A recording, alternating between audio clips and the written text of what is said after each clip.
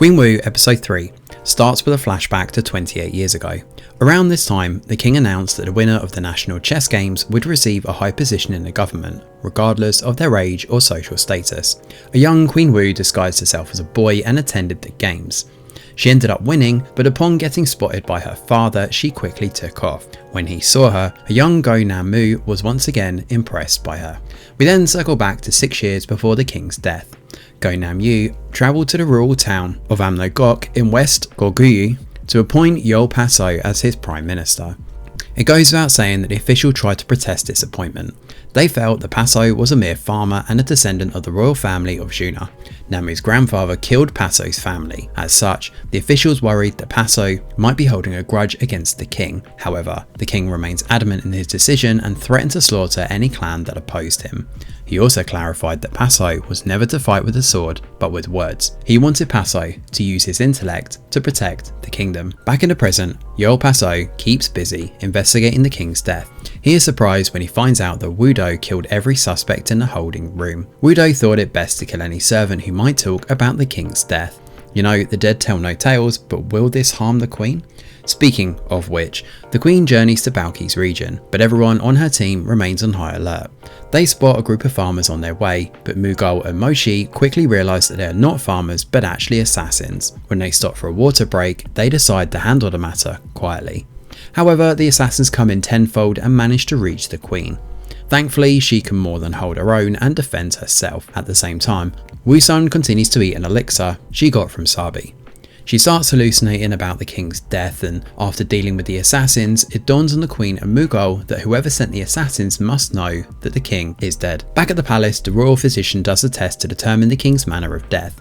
His investigation leads him to believe that he was killed by an extract from the lily of the valley. However, only the country manages to flower. This means that whoever killed the king works within the palace. Paso orders his men to search the palace and investigate any suspicious person. They start by investigating Sabi, but she shows them her elixirs and points out that they are not harmful to anyone. She asks about the king, saying she can't see his star anymore. However, no one gives her an answer. Instead, she warns Paso that he might be in danger because his starlight is dimming. Later, she sends one of her servants to investigate what is happening in the king and queen's chambers. As for the queen, she finally gets to Bal-ki's region and is shocked by his excessive display of power. He has bodies hanging in the forest to send a message to his enemies. Within his region, there are fierce warriors known as the White Tiger. Anyone who dares to make eye contact with them ends up dead. And then finally we meet Bal-ki himself, the savage prince who kills his people out of boredom. Currently, he is playing a manipulative game with some of his residents. He keeps asking if they believe he will be king after his brother's death. No matter the answers his subjects give, he gets angry and kills them. He has always been bloodthirsty and craving power, and in fact he actually killed his nanny when he was young and kept trying to invoke fear in people. The queen's arrival here ruins his game, and he rushes to welcome her. He questions why she would make an unannounced visit late in the night. The queen lies and explains that she is on her way north to deal with the traitor. She adds that the king sent her because he is indisposed due to his injury. She lies that the king asked her to deal with the traitor who brought up her dethronement in the same way he dealt with his elder brother. In a flashback, we learn that Namu sliced his brother's nose before banishing him. Bal-ki witnessed this and grew terrified of the king after this incident. As they talk, Bal-ki remains wary that the queen is there to gauge his loyalty. He cautions his right-hand man Chang Hyun from speaking aimlessly. He is afraid the queen will frame him as a traitor and get him killed by the king. He grows afraid that his brother is lurking by, waiting for a chance to attack. He therefore sends Chang Hyun to investigate where his brother's soldiers may be hiding. After the meeting, the queen decides that she will not marry Bal-ki after all. She has witnessed firsthand his inhumane actions and refuses to give him more power. She opts to try linking her fate to a different prince. Unfortunately, travelling to another prince will take time and they are running out of that.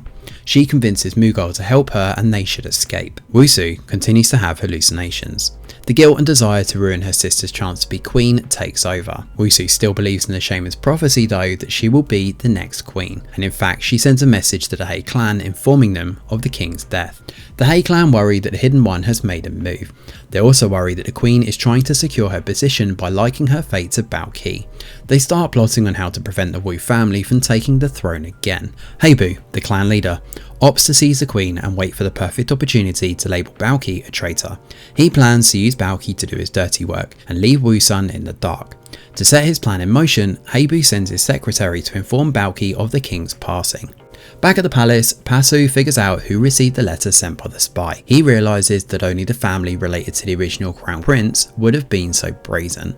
He starts plotting a way to save the queen, and at the same time, the assassins who survive send a message to Myong-rim informing him that they failed to kill the queen. The queen and her team sneak out of Bal-ki's palace and make a run for it. By the time Bal-ki learns that the king is dead, the queen is already miles away. As expected, Bal-ki is furious after realising the queen's real intentions. He talks with Chang Hyong and starts plotting how to use the queen to his advantage.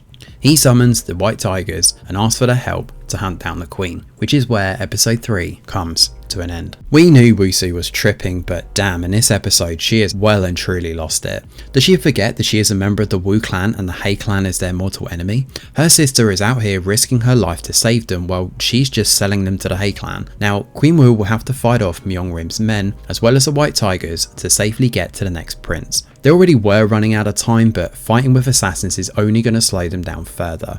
Both the He clan and the White Tiger want to capture the queen alive, but will still kill her entourage. In this episode we meet Bal-ki and he is nothing short of revolting. He is obsessed with power and will use any means to gain more.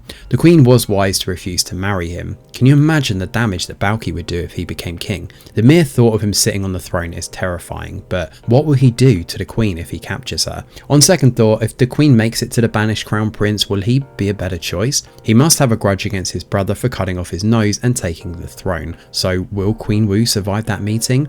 Will the He clan sit by and let the crown prince take the queen as one of his wives? I guess we'll have to wait and see in the next episode. Thanks for watching, and do let us know your thoughts in the comments below.